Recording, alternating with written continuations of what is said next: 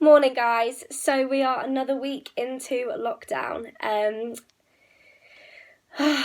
seems to be lasting forever, but we'll keep going and we'll keep getting through it.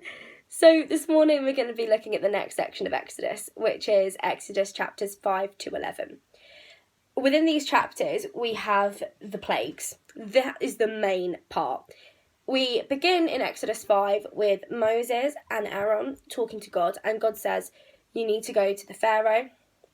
You need to tell him to let my people go. Now, God's people, my people, these are the Israelites. Okay, so he's saying you need to let my people go. So Moses and Aaron, we've just had in the last few chapters a lot of doubt coming from Moses, a lot of fear, a lot of worry.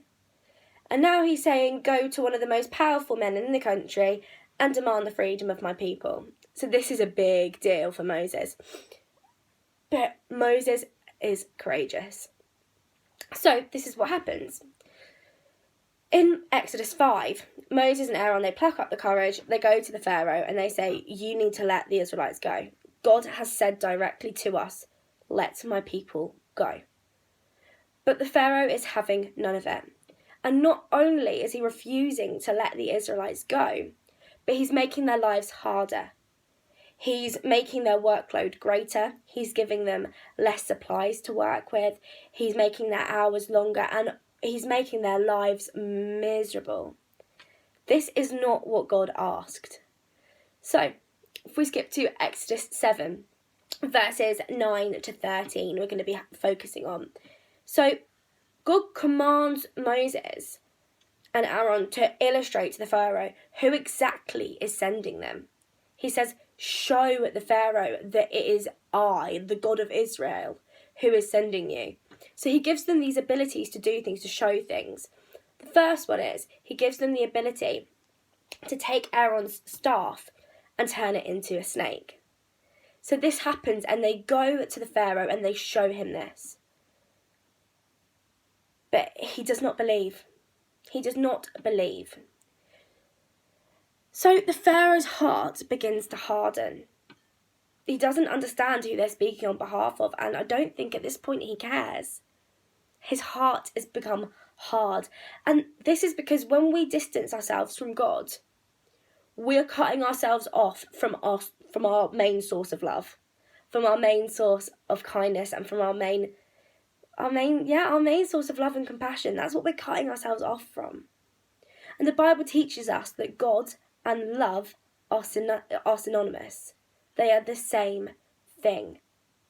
If we look at 1 John 4:8, it says specifically that God is love.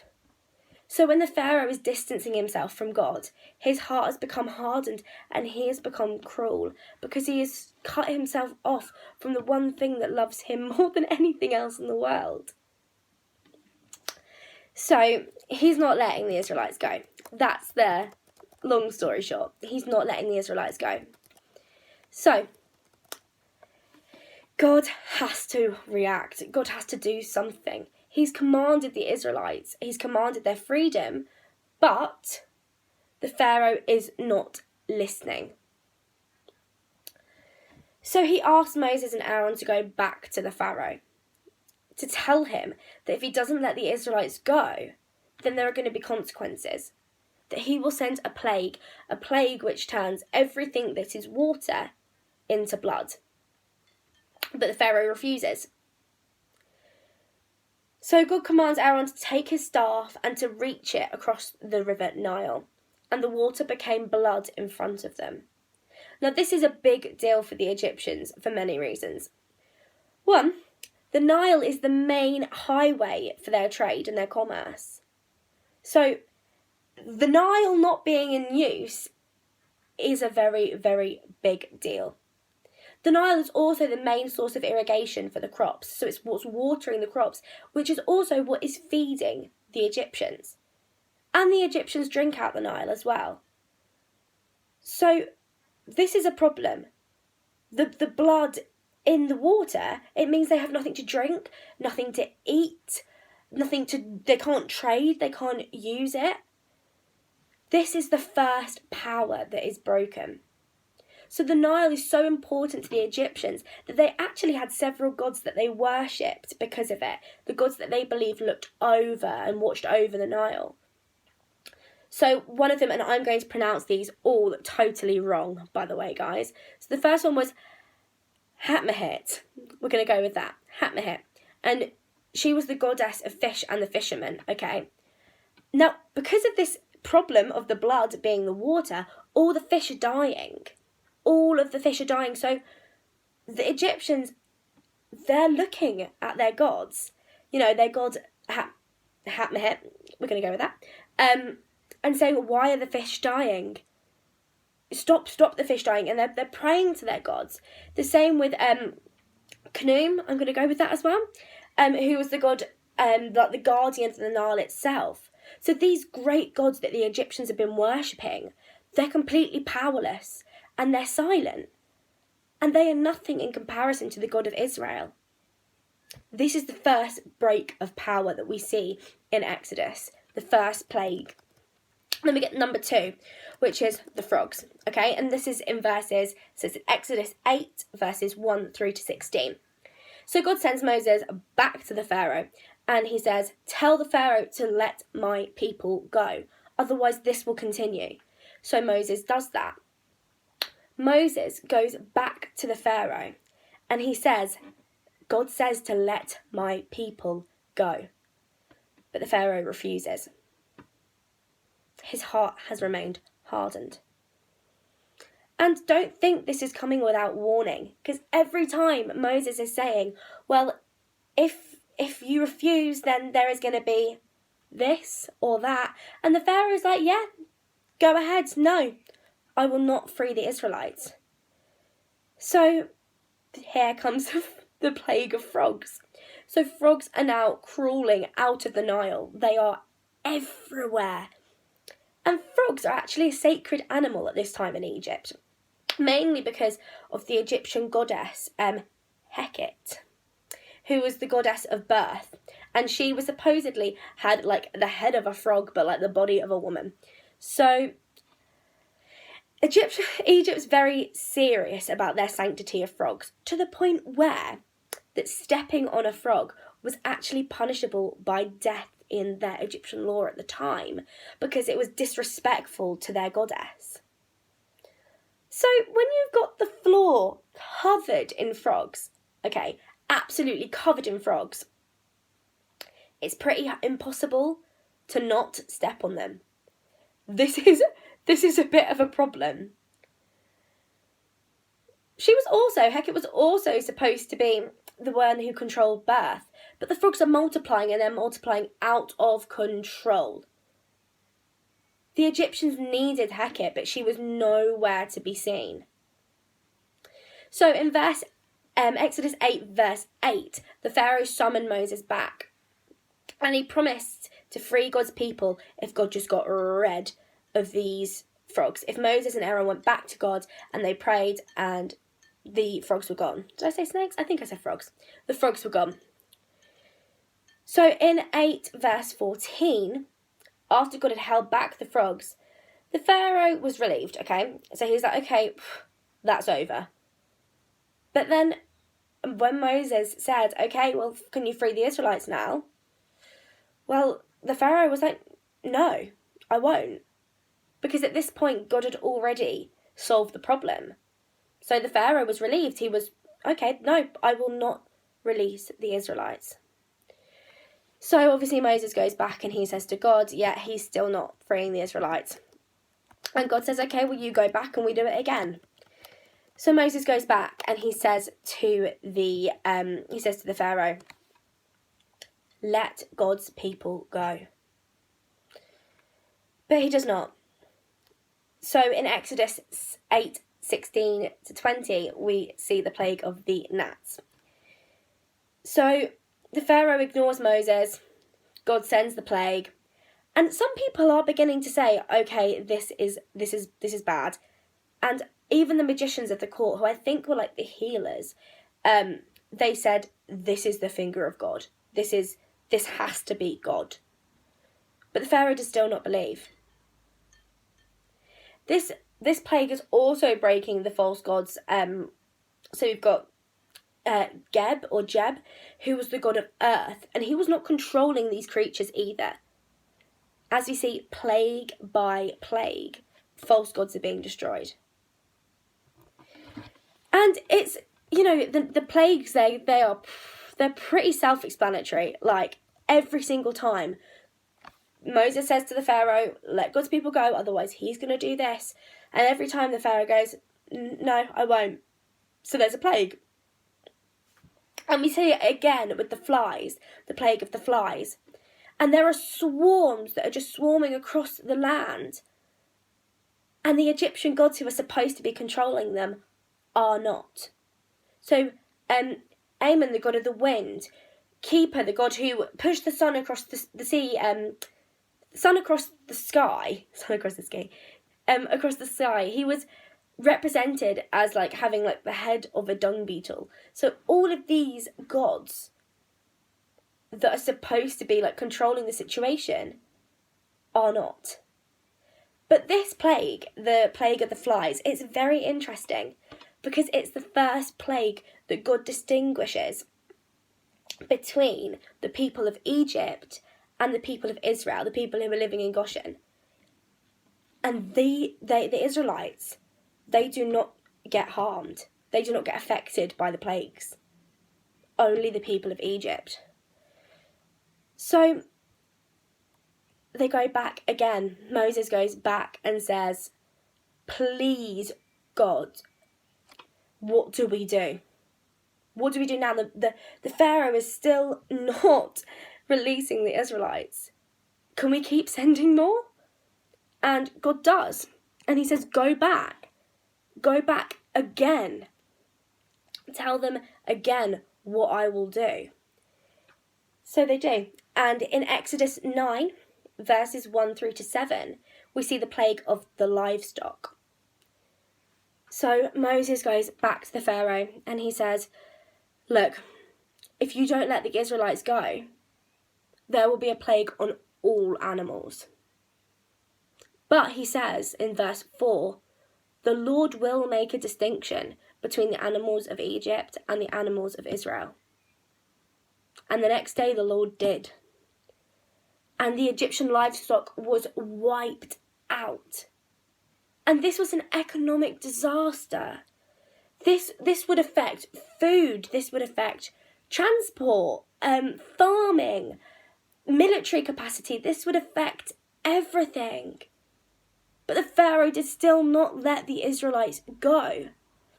And something that's very important to remember is that the Israelites were probably running around frantically praying to their gods, but receiving nothing in return.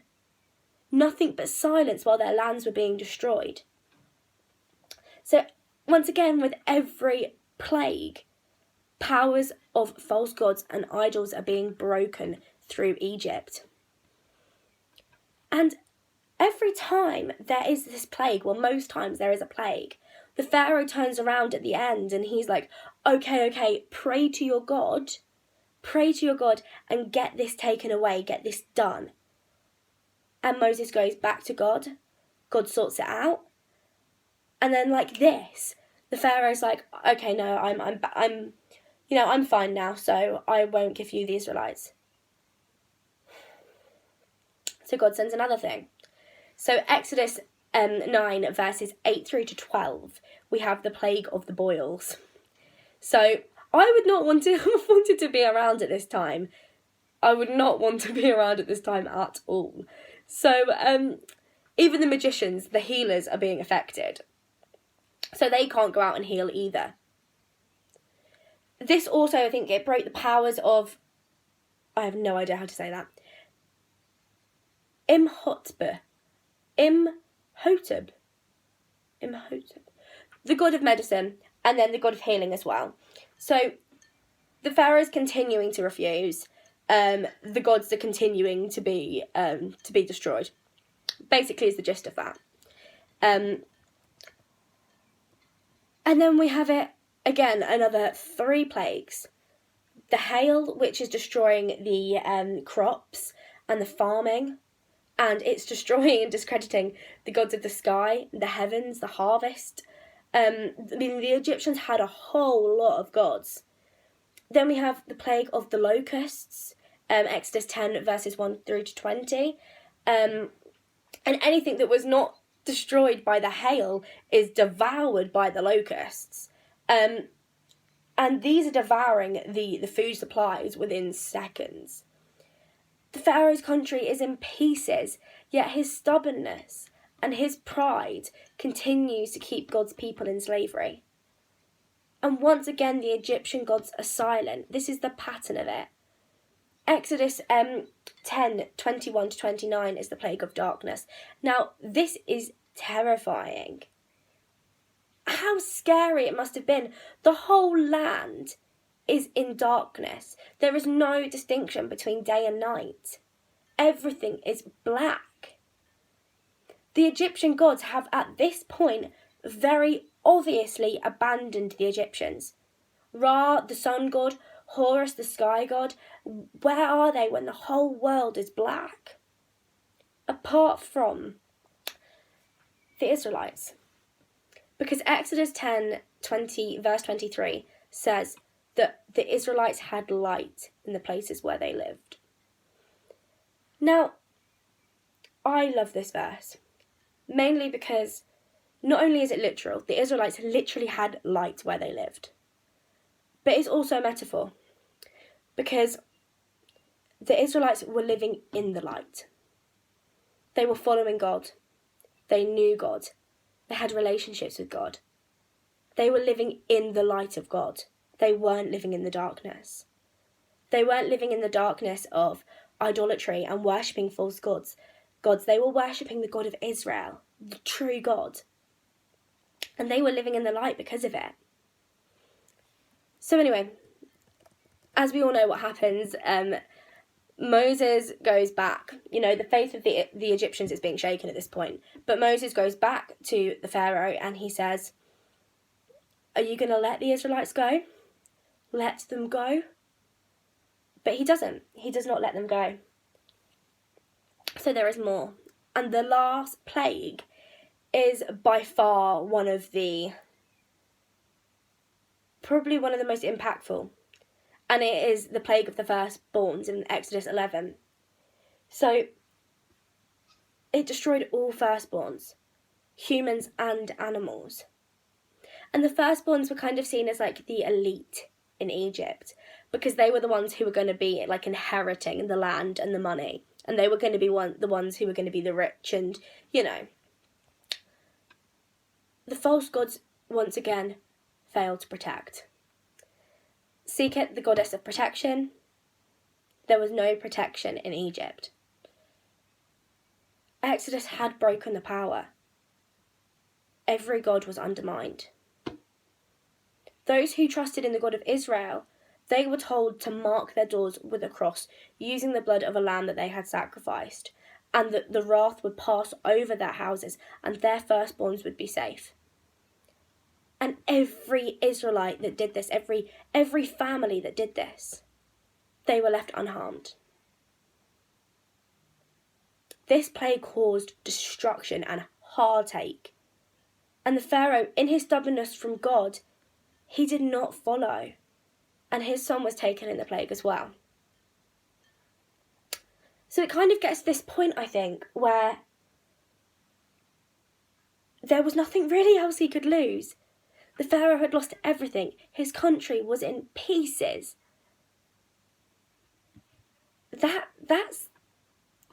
That's pretty terrifying. There is nothing left of Egypt at this point of the plague. The Pharaoh finally succeeded to God. He said, yeah, okay, I surrender. I will let the Israelites go. For the first time in years, God's people were experiencing freedom, liberation. So I know that that's a whole lot to swallow, and I know it's very repetitive. But that is the story of the plagues. That is exactly what happened. So the meaning behind all of this What does it mean? As I said, the plagues are not random. With each plague, God is breaking the powers of the false gods, the ones who the Egyptians are worshipping. With every single breath, God is breaking the power of it. God is also the God of the second chance, and the third, and the fourth chance, and the fifth, and so on and so on. Because he went back every time. He sent Moses back every time.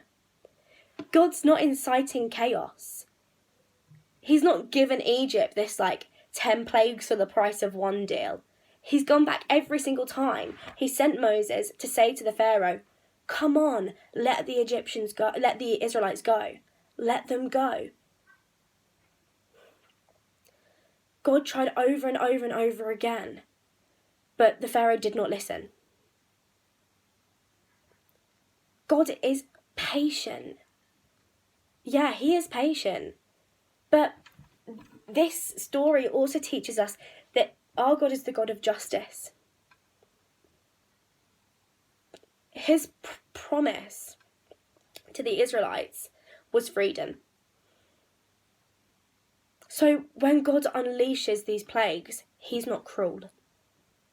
He is responding to the reality of flawed humanity, of our imperfection. The Pharaoh did not listen, and there were consequences. This is because sin and disobedience from God do carry consequence. Because God is just. And when God makes promises, he keeps them.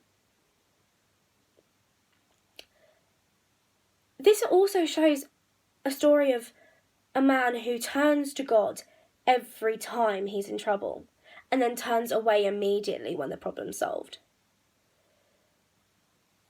I think a lot of us can do this sometimes. I know I can do this sometimes.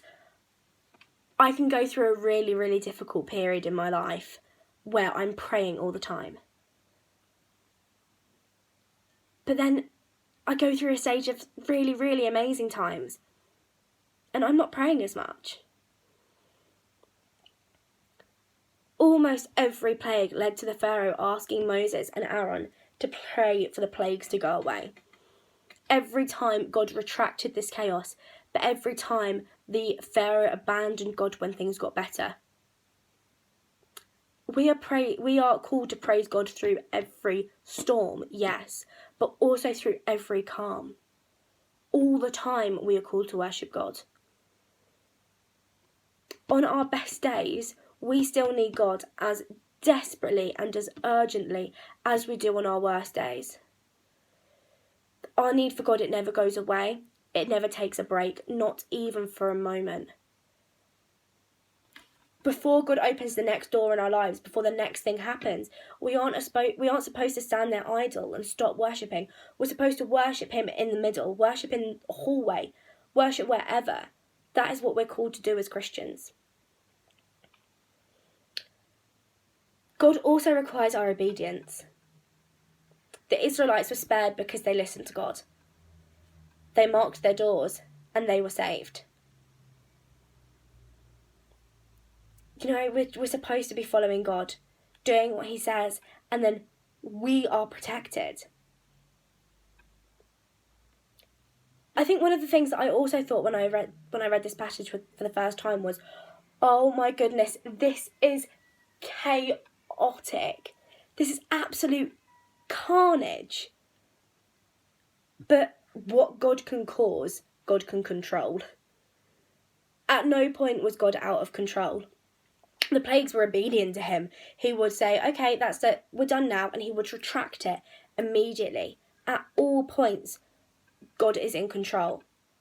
So no matter what's happening in our lives, however crazy and mad and chaotic things might seem, God is always in control. And to finish off, the real question to ask ourselves is, what false gods do we serve? What are the things that I do that separate me from God? What do I worship? It might be money. It might be social media. It might be our own appearance. It might be worrying constantly about what we look like, what clothes we're wearing, how much something costs. Maybe it's others. What is it that is keeping us and distracting us from God? And whatever it is, how do we get rid of it? That is the question that we ask ourselves from this. And the answer is we pray. We remind ourselves who our God is and how amazing he is. And that's the key to it. And I know I've just kind of given so much information there, guys, so I am really sorry about it. But I think it's really important to understand this part of Exodus. Because it can be one of the parts of Exodus, one of the parts of the Bible even, that people do say, what? Why would God do that? Why did God cause that? Why did God allow that? And I do think in a world where we are surrounded by these questions, you know, the worries about the suffering of people in biblical times and in an everyday modern life. This is a story about why this was allowed and why God caused it. And the answer is, it was for freedom. And a lot of things in the Bible, a lot of the bad things in the Bible, they're for freedom too. I mean, all we have to do is look at the death of Christ. Someone having to die, that wasn't a great thing. But it caused freedom. And that is amazing. So I hope you have a great week, guys. Next week, we're going to be having a look at the next bit of Exodus and the crossing of the Red Sea. Yeah, have a fantastic week, and I will see you then. Bye.